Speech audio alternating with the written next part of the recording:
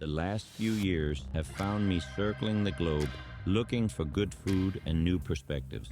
However, for most of this journey, the Midwest and Southern Illinois, where I call home, were the farthest things from my mind. But today, I'm not going anywhere.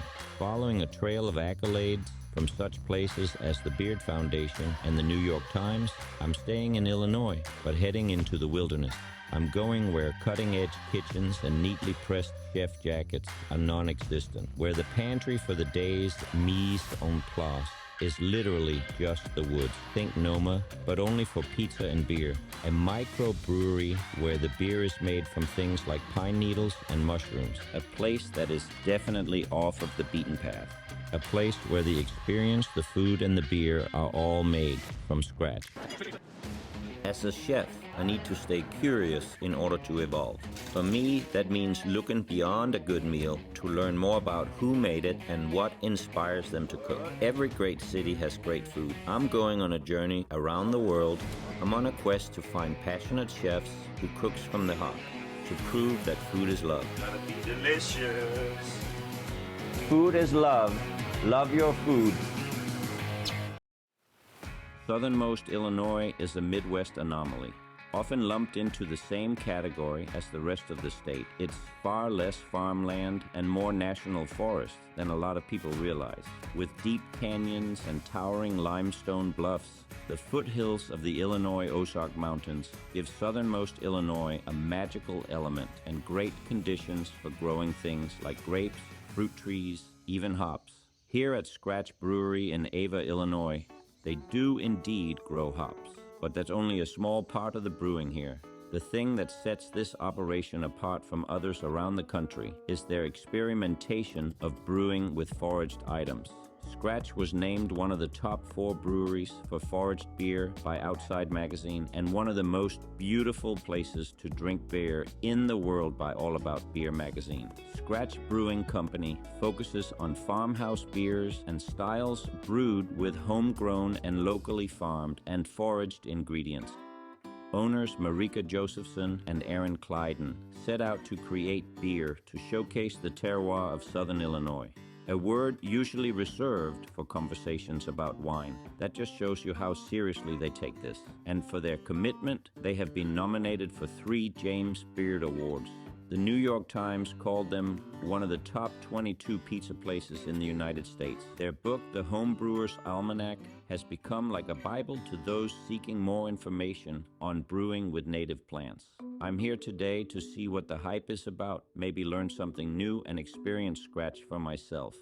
When we started brewing, there wasn't really a roadmap to how to make these beers, with all these different ingredients that we'd never seen in beer before. There were a couple of books about using these plants historically, and sometimes in medicinal ways, and we consulted those, but there were so many other plants and we didn't know how to use them. So in the first few years we were open, we were brewing on such a small scale that we actually brewed over 100 beers a year, and every single one was completely different. So it was just a total experiment for the first few years. So I wrote the book and Aaron did all the photography. We put it together over the course of a year so that Aaron could take photographs. So some of the wild things don't grow everywhere, but this book was really intended to inspire, people in different parts of the country just to look at their plants in a different way.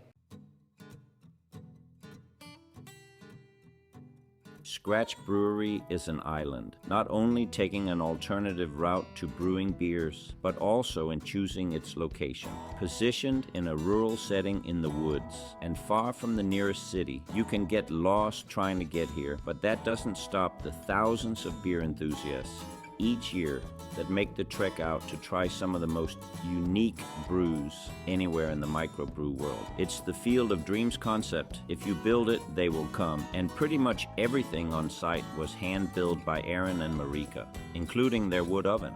And you built it? I built it, yeah. Is there anything here you didn't build? There's a few things. Okay. A lot of, the gutters. I didn't build the gutters. I don't know. We didn't really know where to look if we were going to buy something like this.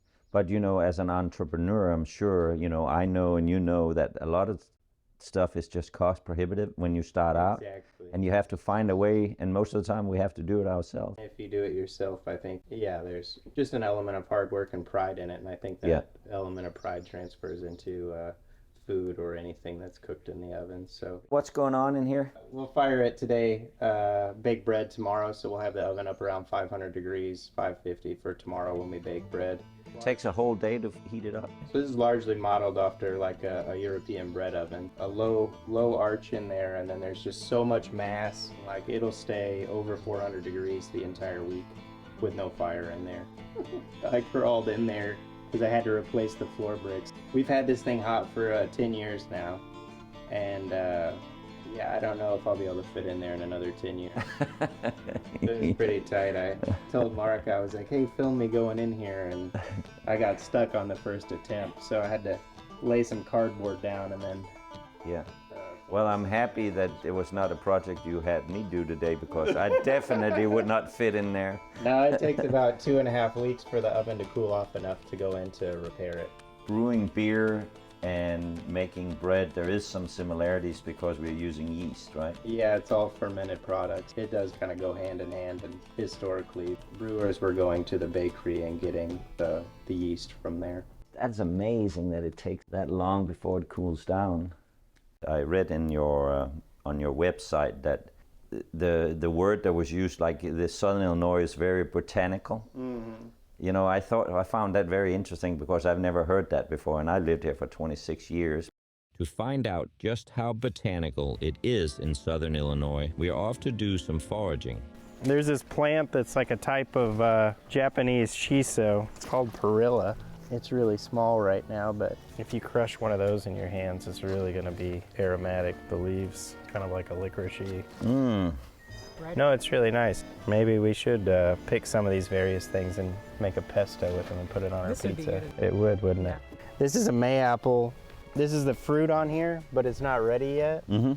When this is ripe, it'll be like mid-June, and most of the time the raccoons get it, but this will be translucent yellow, and it tastes so tropical, but you only find like maybe 5 or 6 a year. But they're a real treat when they're ripe. All the leaves will die back, and it'll be the stem, and then this fruit, which will be about this big. It's really nice. That's the only thing on that plant that you can eat. The rest is mildly toxic, I guess. There's something about the phrase mildly toxic that makes me confident that I should leave this kind of foraging to the pros.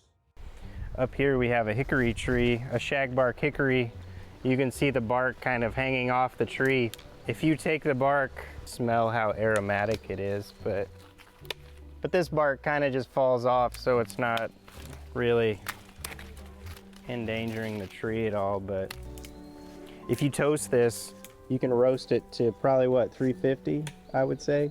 Dry out all the moisture, and it smells like a toasted marshmallow. Add sugar to it, and you boil it, and you can make a simple syrup that's like, I think it's as good as maple syrup. Years of research and experimentation have shaped Aaron and Marika into masters of the woods, seeing potential in almost everything that grows here. I grew up here, and then I went out to Colorado and wanted to fly fish and snowboard, so I did that for a while. And I had a roommate that brewed beer out there.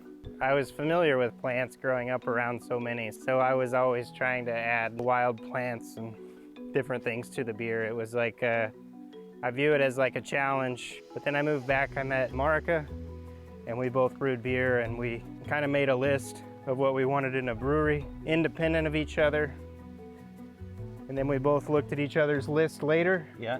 So there was no influencing of the other person, and the ideas behind it were very similar, so that's how we, if we have the same ideas and we haven't really talked about it, then it should work as a partnership. This is a sassafras here. The ground leaves of that are filet spice, so filet gumbo, that's this.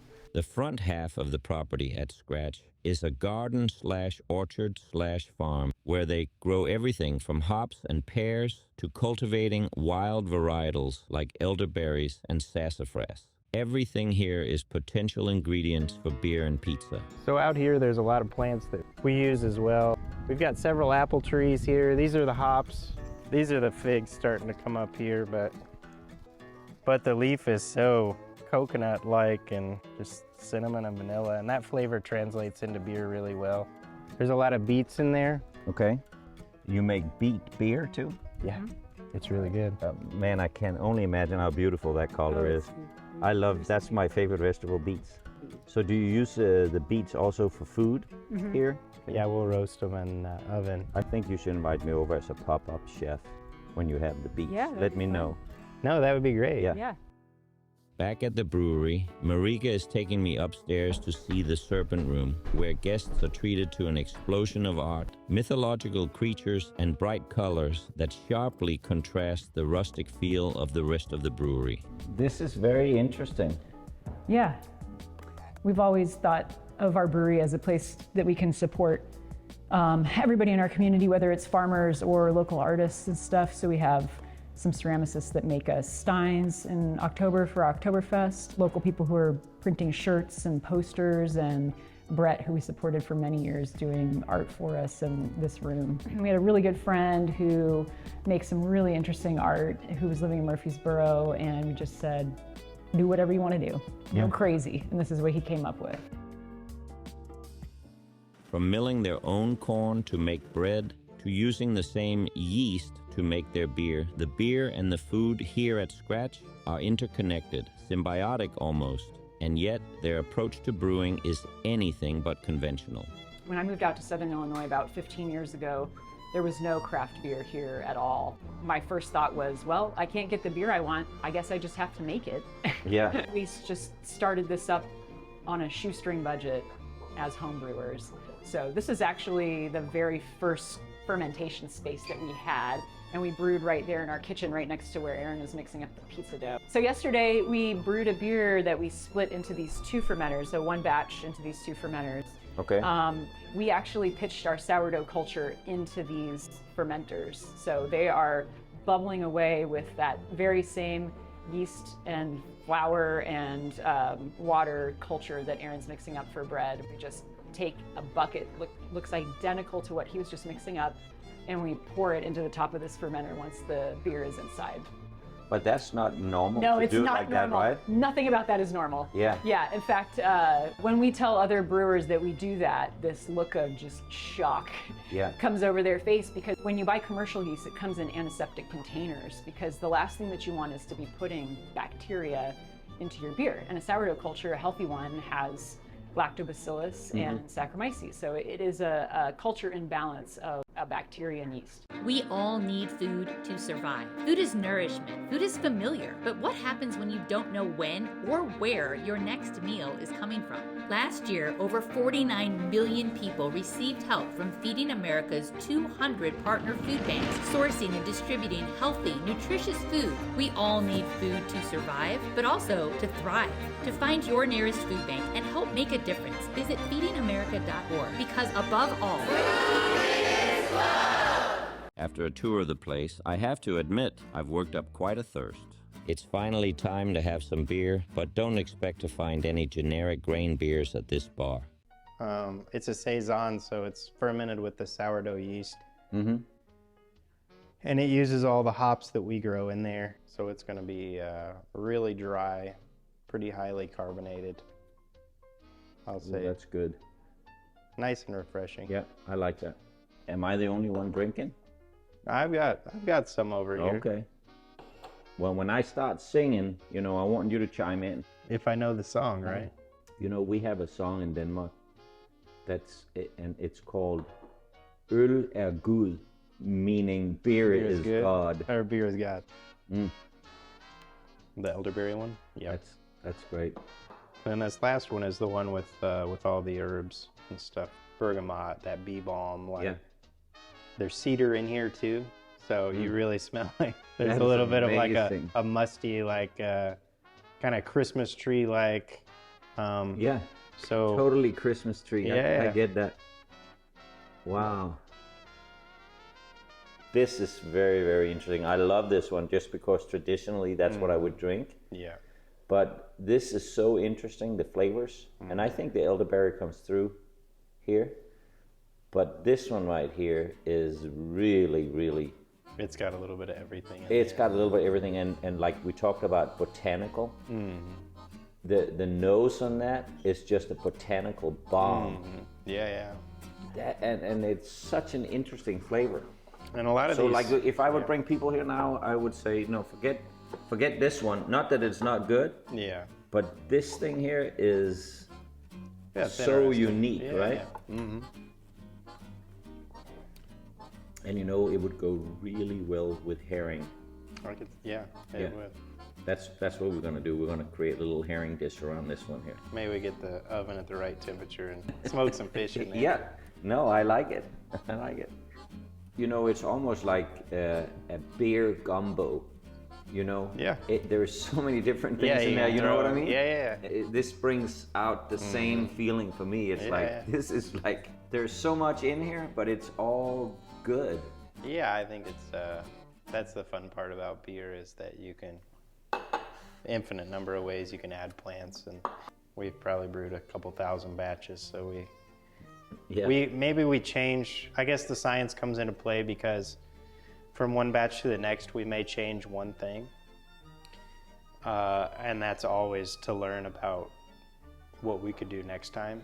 Yeah. So every time we brew, it answers some questions to what we're going to do the next time. So, Yeah.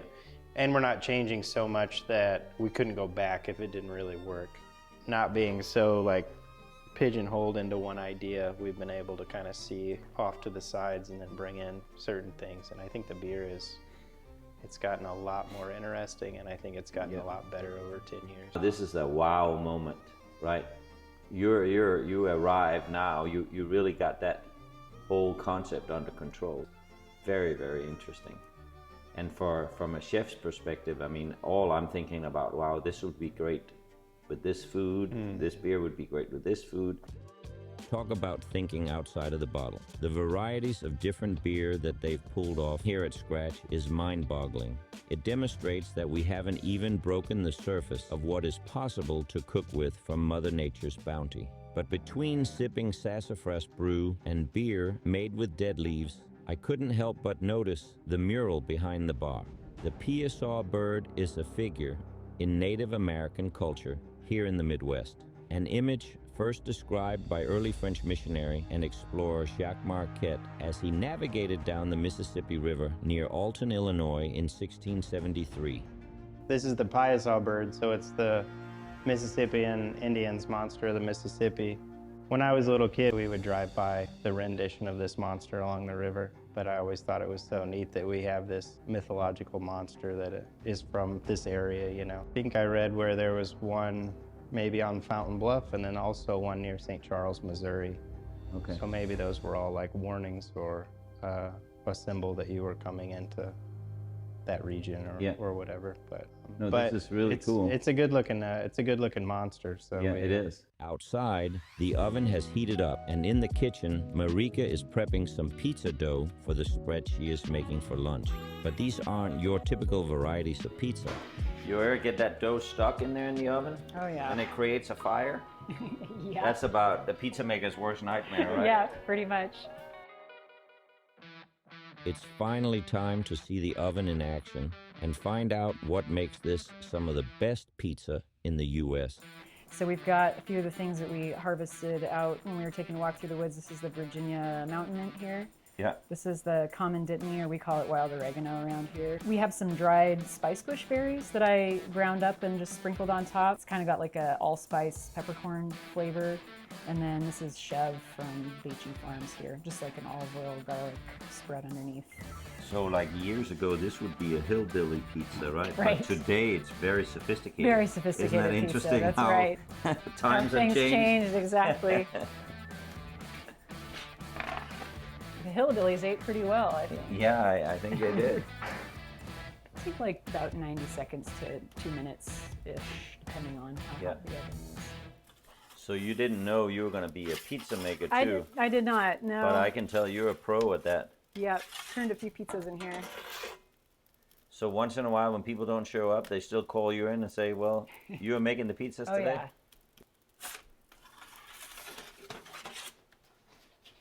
You know, that's the thing about being the entrepreneur behind the concept, right? Right. We end up having to do Yes, we do. when a when little- everything else fails. Yep, You know, it's us.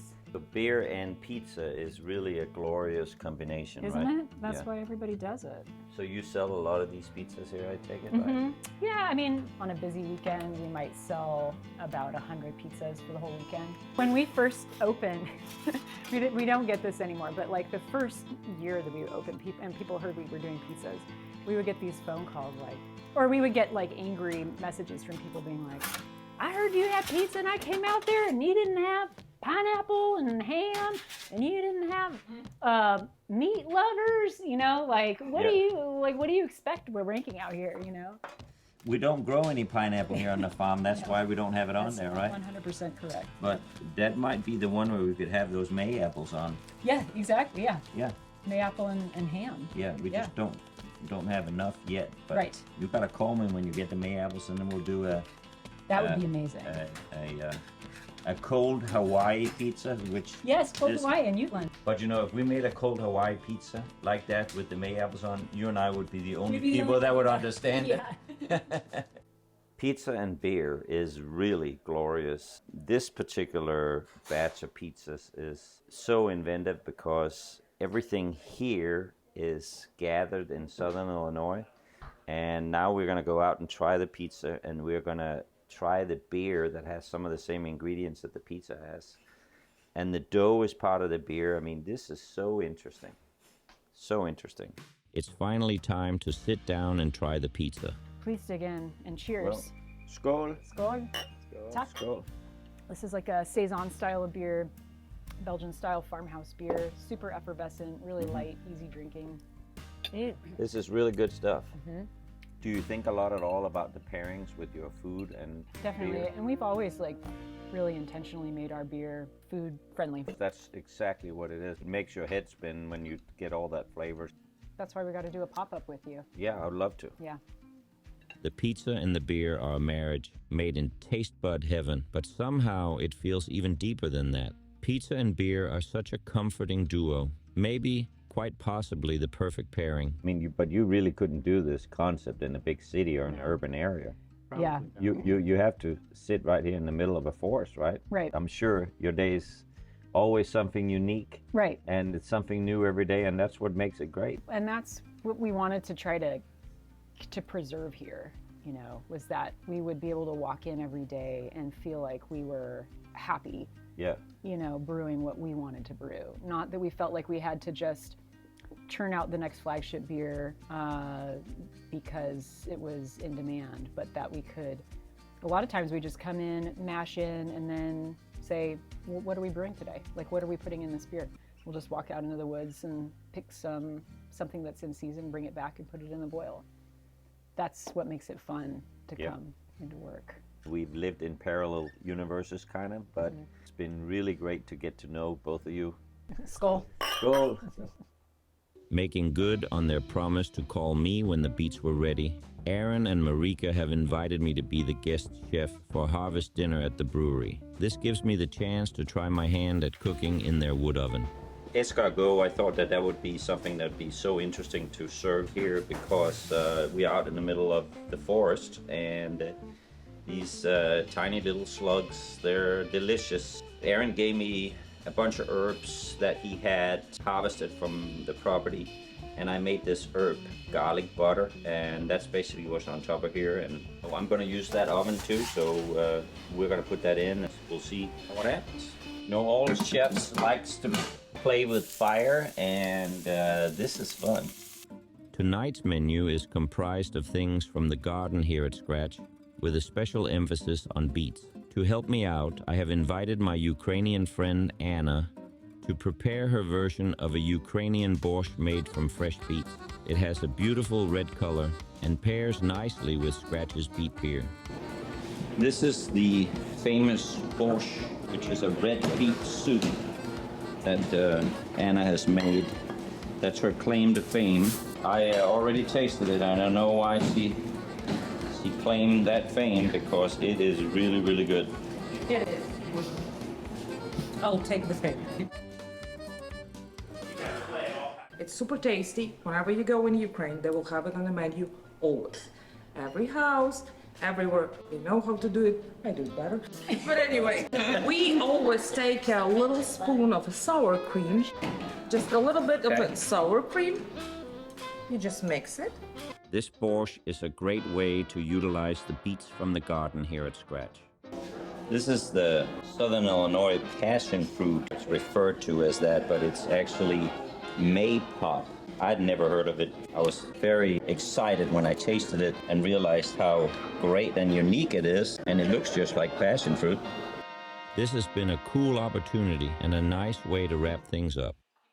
If I've learned anything from this experience, it's to not underestimate the bounty in my own backyard. I was like, wow, this is the coolest thing that we can do something with what we have right here that is that unique. It's not so different from Aaron and Marika using things they gather in the woods to make beer. The research and love of brewing that Aaron and Marika have poured into Scratch has yielded flavor profiles that the world might have never known if they hadn't taken a chance and tried something new. They are the last of a breed of true pioneers, going places nobody has thought to go, using things nobody has tried to use. I feel lucky to know them both. Food is love, and love your food, and especially love your beer. Cheers. Cheers. Very good. Cheers. Cheers. Food is love.